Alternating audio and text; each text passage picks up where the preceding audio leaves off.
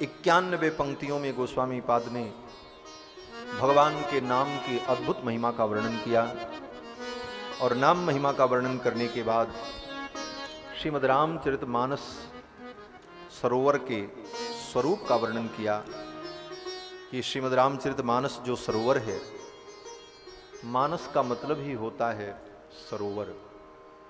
तो रामचरितमानस भगवान के चरित्र का, भगवान के गुणों का, भगवान की लीला का ये सरोवर है।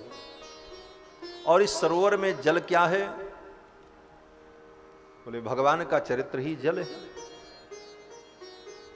बरसहि राम सुजस बरबारी मनुरमरोहल मंगलकारी। भगवान का चरित्र ही निर्मल जल। और इस जल में अवगाहन करने के लिए 4 घाट हैं, ज्ञान घाट, कर्म घाट और भक्ति का घाट और दैन्य का घाट। चारों घाट पर 4 श्रोता और 4 वक्ता हैं। इस रूपक के माध्यम से इस सरोवर का सुंदर वर्णन किया। और वर्णन करते हुए गोस्वामी जी महाराज कहते हैं कि इस ताल की, इस सरोवर की सुरक्षा करनी चाहिए कि ये गंदा न होने पाए। जो नदी बहती रहती है उसमें तो गंदगी होने का कम भय होता है क्योंकि वो बहती रहती है, लेकिन ज्यादा करने पर तो बहने वाली नदी भी दूषित हो जाती है। आज गंगा भी प्रदूषित हो गई हैं। गंगा की शुद्धि के लिए और नदियों की शुद्धि के लिए कितने प्रयास किए जा रहे हैं। और सरोवर तालाब में अगर व्यक्ति सावधानी न बरते तो उसमें भी दोष आ जाते हैं, गंदगियां आ जाती हैं। तो ये मानस रूपी जो सरोवर है ये शुद्ध बना रहे, पवित्र बना रहे, इसका उपाय क्या है? तो गोस्वामी जी महाराज कहते हैं, जे गावहीं यह चरित सम्हारे ते यही ताल चतुर रखवाले। जो इस चरित्र को संभाल करके गाएंगे वही इस चरित्र के रखवाले हैं, इस सरोवर के वो रखवाले हैं, वो इसकी रक्षा करने वाले। भगवान के चरित्र को बहुत संभाल करके गाना चाहिए। क्यों? बोले ये चरित्र ही भगवान है और भगवान तो अत्यंत सुकोमल हैं। इसलिए अत्यंत सुकोमल वस्तु को जिस प्रकार सावधानी से संभाल करके रखा जाता है उसी प्रकार भगवान के पावन चरित्र को संभाल करके गाना चाहिए। संभाल करके गाने का मतलब क्या है? बोले संभाल कर गाने का मतलब यह है कि इसको श्रद्धा से गाओ, प्रेम से गाओ, विश्वास से गाओ। अपनी बुद्धि का इसमें दुरुपयोग मत करो, सदुपयोग करो, कुतर्क मत करो। शास्त्र सम्मत जो अर्थ है उसी अर्थ का चिंतन करो, अनर्थ मत करो। अगर अनर्थ करोगे तो ये ताल दूषित हो जाएगा। इसीलिए किसी संत ने कहा है कि खींच खांच मीज माज शास्त्र को न गीजिए। शास्त्र, पुराण, रामायण, गीता, भागवत जो दिव्य ग्रंथ हैं, इनके साथ खींचातानी नहीं करनी चाहिए। अर्थ करते समय जबरदस्ती नहीं करनी चाहिए। अपने मनमाना अर्थ को सिद्ध करने के लिए जो चाहो वही अर्थ बना दो ना। खींच खांच मीज माज शास्त्र को न गीजिए, जामे रस बनो रहे सोई अर्थ कीजिए। जिसमें रस बना रहे वही अर्थ करना चाहिए। क्योंकि महाराज ये शास्त्र दिव्य हैं, भगवत स्वरूप हैं। और ये जब किसी अनधिकारी प्राणी के हाथ में लग जाते हैं तो ये शास्त्र डरने लगते हैं। शास्त्र डरते हैं महाराज कि कहीं ये मेरा अनर्थ न कर दे, उल्टा अर्थ न कर दे। विभेद त्यल्पत श्रुता वेदो मामयम प्रतरिष्यति। विभेद त्यल्पत श्रुता वेदो, वेद, पुराण, रामायण, ये सारे ग्रंथ जो हैं अल्पश्रुत लोगों से डरते हैं। बोले महाराज वेद पुराण इतने दिव्य ग्रंथ होकर के ये डरते हैं। किससे डरते हैं? बोले अल्पश्रुतात्, जिसने थोड़ा सुना है, थोड़ा समझा है, ऐसे व्यक्ति से रामायण, गीता, भागवत ये सब डरते हैं महाराज। क्यों? बोले ये तो पता नहीं कैसा अर्थ कर देगा हमारा। विभेद त्यल्पत श्रुतात् वेदो माम अयम प्रतिरिष्यति, ये मेरा अर्थ ही नहीं करेगा। माम अयम प्रतिरिष्यति, ये मुझे काट डालेगा, मेरा अनर्थ कर देगा, टुकड़े टुकड़े कर देगा। इसलिए शास्त्र का व्याख्यान करने के लिए जब बैठे तो पहले उस अधिकार को प्राप्त कर लेना चाहिए। विधि पूर्वक गुरु के चरण में बैठकर, आचार्य के चरणों में बैठ करके शास्त्र का सम्यक स्वाध्याय करना चाहिए। सम्यक स्वाध्याय करने के बाद जब आचार्य तुम्हारे स्वाध्याय को पुष्ट कर दें, तुम्हारा स्वयं का हृदय जो है संतुष्ट हो जाए, तब तुम दूसरे को उपदेश करने के लिए व्यासपीठ पर बैठो। ये मर्यादा है। अन्यथा वेद पुराण का अनर्थ कर दोगे।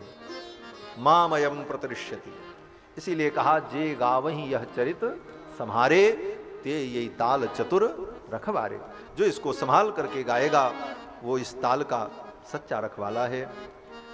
और इस ताल की सुरक्षा करने का सूत्र क्या है?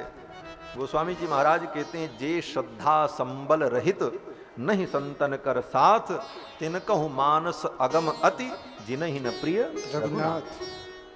श्रद्धा का संबल नहीं होगा, संतों का संग नहीं होगा, संत समागम आपके जीवन में नहीं होगा, और रघुनाथ जी के चरणों में प्रीति नहीं होगी, तो ये मानस ग्रंथ भले भाषा में लिखा गया है लेकिन आपके लिए अगम होगा, आप इसे नहीं समझ पाएंगे। और मैंने देखा है बड़े बड़े विद्वानों को, संस्कृत के बड़े बड़े प्रकांड विद्वान भी रामचरितमानस के गूढ़ भाव को नहीं समझ पाते।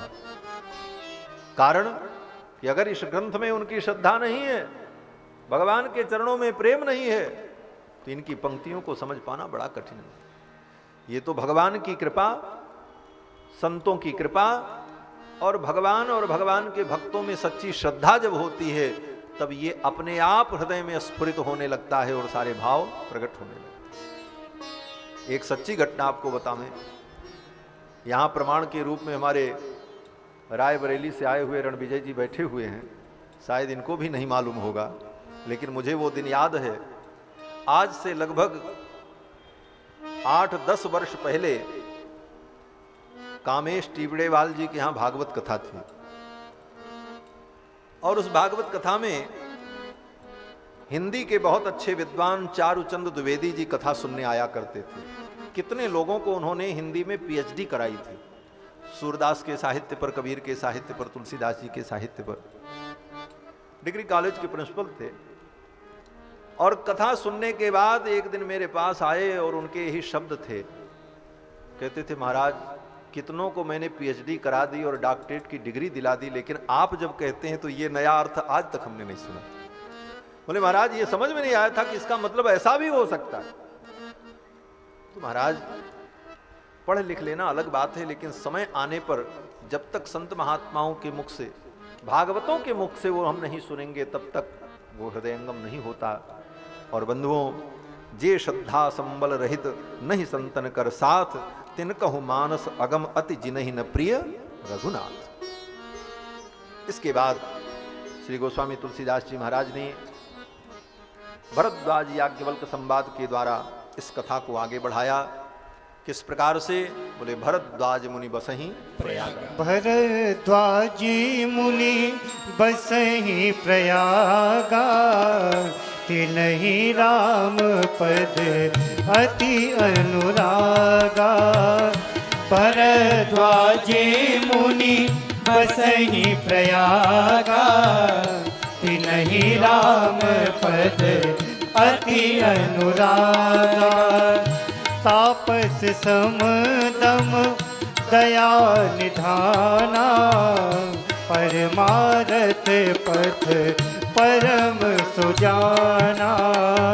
तापस समदम दया निधाना, परमारथ पथ परम सुजाना। माघ मकर गत रवि जब होई, तीरथ पति आब सब कोई। माघ मकर गत रवि जब होई, तीरथ पति आब सब कोई। देव दनुजी किन नर नर श्रेणी, सादर मजहि सकल त्रिवेणी। देव तनुज किन नर नर श्रेणी, सादर मजहि सकल त्रिवेणी। पूजे ही माधव पद जल जाता, परसिय कैवट हर सही गाता। पूजे ही माधव पद जल जाता, परसिय कैवट हर सही गाता।